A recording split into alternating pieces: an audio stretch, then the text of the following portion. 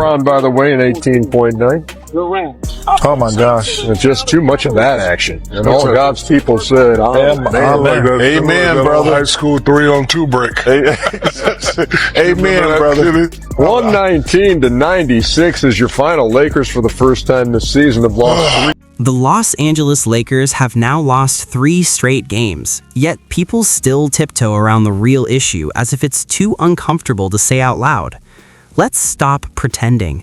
This situation is finished. The problem isn't hidden or complicated. It's right in front of everyone every night, and it starts with LeBron James still being in Los Angeles. The uncomfortable truth is that his run with the Lakers has reached its end, and denying it is only prolonging the inevitable. This collapse didn't happen overnight. The warning signs have been flashing for a while, and ignoring them hasn't made them disappear.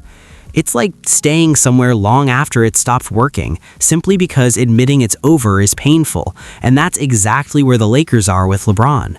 Everyone on the outside can see it. Then came the slap in the face moment, a brutal 119-96 loss to the Houston Rockets, sealing a 3rd straight defeat and ripping away the curtain the Lakers had been hiding behind. That game wasn't close, fluky, or competitive. This team isn't just flawed, it's structurally broken. LeBron finished with 18 points in a 21-point blowout, a stat line that doesn't reflect someone carrying a franchise toward a title, but rather someone trying to hold things together as everything collapses around him. Even the broadcast stopped playing nice, with Charles Barkley bluntly stating that the Lakers couldn't stop a bloody nose on defense. That wasn't trash talk, it was reality.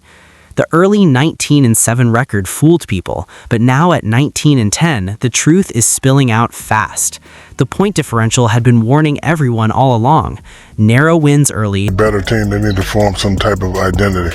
I don't know which team I'm looking at sometimes. Sometimes they play fabulous basketball, even on the defensive end, and tonight it looked like it was lackluster efforts. I know it's traditional, but I think the Lakers need to play some zone until they figure out.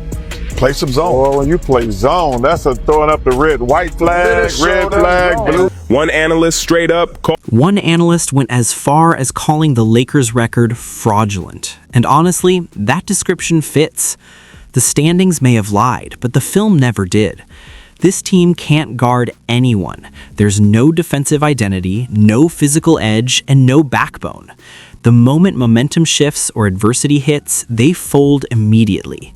That's not the energy of a contender. It's a team quietly counting down to an early playoff exit. If you needed one final visual, the broadcast showed the Rockets running 3-on-2 breaks that looked like high school drills. Wide open lanes, no resistance, and zero urgency. That isn't bad luck. It's a system collapsing in real time. The Lakers' transition defense wasn't just bad, it was high school bad. Players jogging back, blown assignments, and no sense of urgency. What makes it even more alarming is that LeBron James, the player known for his basketball IQ, control, and leadership, was on the floor watching it happen. That's a massive red flag. And here's the part nobody wants to say out loud. LeBron is 40 years old. He's the NBA's all-time leading scorer, a 4-time champion, and a lock for basketball immortality. And none of that is up for debate. But the hard truth becomes unavoidable on the court. His days as the centerpiece of a legitimate championship contender are over. That's not disrespect, it's reality. Father Time is undefeated, and even LeBron can't outrun it forever. The bigger see overall in the game, kind of starting in that first quarter on the glass and the turnovers and how that prevailed through it. Yeah, the two words of the day were effort and execution. And I feel like when we've done both of those things at a high level, we've been a good basketball team. When we haven't, we're a terrible basketball team. And tonight we were a terrible basketball team. And that includes drafting Bronny James and creating the first father-son duo in NBA history. And yes, it's a beautiful moment for the James family. There's no debate there. But from a pure basketball standpoint, it signals prioritizing legacy over ruthless roster construction. Let's be honest, Bronny isn't ready for meaningful NBA minutes yet. That isn't hate, it's development, and most young players aren't ready right away. Still, everyone around the league understands why he's on the roster, and it's not because he's prepared to help win playoff games right now. That reality puts the front office in a brutal position, and it shows every night. The Lakers are trying to compete while also protecting a storyline, and that balance almost never works. Then, injuries start piling up, making everything worse. Role players get stretched thin, and Austin Reaves leaving the game with a calf strain, one that could become serious, only tightens the rotation further. When injuries stack up, pressure spikes, and small cracks turn into major problems. You hear names like Jared Vanderbilt and Marcus Smart mentioned as defensive fixes, but analysts keep pointing out the same flaw. When those defense-heavy lineups hit the floor, the offense completely dies. There's no spacing, no rhythm, and no flow, a brutal trade-off in today's NBA. All of this dumps enormous pressure. Do you have on the Lakers right now? Yeah, the Lakers might be, that record might be a little fraudulent, right? Because they were 19-9 going into today's game. Sounds good, right? Well, now they're 19-10, and if you look at their point differential, it was barely above even. And so there's some cracks showing here because you do have Luka, you have LeBron, and Austin Reaves, but Austin Reaves left the game with a calf strain, and you have to be really careful with those things, right? Because calf strains can be tricky, they can flare into Achilles, and then all of a sudden you're lost for the season, so they're going to... This is what happens when timelines collide, priorities blur, and a franchise tries to honor the past while chasing the future at the same time. If you're paying attention, the warning signs are impossible to ignore. It hasn't worked so far, and that part matters. The Lakers hired a first-year head coach, J.J. Redick, with zero professional coaching experience and dropped him straight into a locker room led by LeBron James. That isn't development, that's a pressure cooker waiting to explode. When things go sideways, as they clearly are now, who's really in control? Is it Redick trying to establish structure, or is it LeBron, a player who has been deeply involved in roster and coaching decisions throughout his career? That question lingers over every timeout, every lineup adjustment, and every late-game decision. You can feel the hesitation on the floor. The broadcast laid out the numbers, and they're ugly. With LeBron and Austin Reaves on the floor, the Lakers rank 7th in offensive rating, which sounds good until you hear the other side of it. Their defensive rating ranks 24th. That's not a contender. That's a team trading baskets while bleeding points. In today's NBA, speed, youth, and athleticism rule, and the Lakers continue to get burned by younger, faster teams. Need to listen to you. Oh, they got to do something. Yeah. I mean, they're not in a. I mean, they pretty on paper, but they can't guard anybody. You cannot play in the NBA today if you're not athletic. You cannot. I mean, especially big guys are irrelevant anymore. The game is led by perimeter players, and if you don't have athletic ability on the perimeter, you're going to struggle in the NBA. That's just a truth. Just look at what happened when the Houston Rockets walked into Crypto.com Arena and played loose, confident basketball like they owned the building. Alperen Şengün controlled the paint with ease, piling up a double-double without breaking a sweat, while Amen Thompson blew past defenders all night.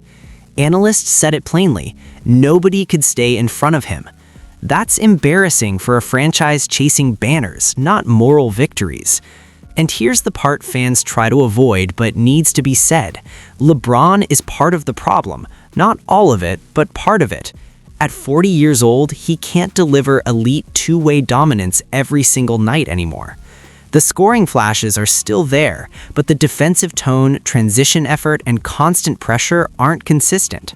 When your best player isn't setting the defensive standard, the entire team... With those three guys on the floor, they have the 7th best offensive rating in the NBA. However, that defensive rating is 24th, and you saw it today. The Rockets got anywhere they wanted to go. They could not get a stop. KD goes for 25. Alperen Şengün has a double-double. Amen Thompson absolutely ruined those guys. Nobody could stop him today. And so if you're the Lakers, that has to be sort of worrisome for you that you can't get any defensive stops. Their best two defensive players are Jared Vanderbilt and Marcus Smart, but you have those guys on the floor. Now all of a sudden you're a little offensively challenged. I know Jared Vanderbilt had a pretty good game offensively tonight. We've seen flashes from Marcus Smart offensively this season, but it's sort of a catch-22 for J.J. Redick about how... If you're not athletic, you're done. Big bodies without speed don't scare anyone in today's NBA anymore. This league belongs to perimeter players, quick decisions, and non-stop movement. And if you can't match that energy on the outside, you're cooked. That description fits the Los Angeles Lakers perfectly right now. They simply don't have the athletic juice to hang with the league's real contenders. And as legendary as LeBron James has been, he's no longer the athletic eraser who could clean up mistakes on both ends when things broke down. That's why hearing analysts float zone defense as a solution is both funny and sad. One of them put it bluntly, saying that playing zone is basically waving the red, white, and blue flags all at once, a coded admission that you can't guard anyone one-on-one. Real contenders don't resort to that. Desperate teams do, when small cracks turn into craters. Tim Doyle didn't sugarcoat it either, declaring the Lakers have a 0.0% chance of winning an NBA championship. Cold? Absolutely. But honestly, where's the lie? The record may still look respectable on paper, but the point differential is flat. The losses are ugly, and they're getting blown out by the very teams they're supposed to be competing with. And I was a teammate with LeBron James, grew up playing against him, played with him at AAU, McDonald's All-American. I know this man. When he's not engaged or he feels some type of way, it speaks in his body language. Last night, his body language was awful. He was not engaged. He was pouting. He was moping. He was walking up and down the damn floor. He was complaining. And I just think we're to this point. What LeBron and the Lakers their relationship has run its course. And they need to figure out a solution. And the solution is not him being in the loss. There's no defensive fix showing up on film, no switch waiting to flip, and no late-season miracle brewing. One analyst summed it up perfectly with a brutal comparison. This team looks great on a dating profile, but once you spend real time with them, the baggage is everywhere. That analogy hits close to home because the uncomfortable truth is that LeBron's presence is blocking the Lakers from doing what they actually need to do: rebuild. They can't fully commit to developing young players because every decision revolves around squeezing the last value out of LeBron's remaining years. At the same time, they can't truly build for the future because they're stuck trying to win right now. That leaves the franchise trapped in basketball limbo. Not good enough to chase championships, not bad enough to secure top draft picks. And realistically, LeBron isn't going anywhere. He's still on a max contract, still comfortable in Los Angeles, still chasing milestones, still playing alongside his son, and still fully in control of his situation from his perspective. Why would he leave? But here's the hard reality nobody in power wants to confront. What's best for LeBron at this stage is no longer what's best for the Lakers as a franchise. Those paths have diverged.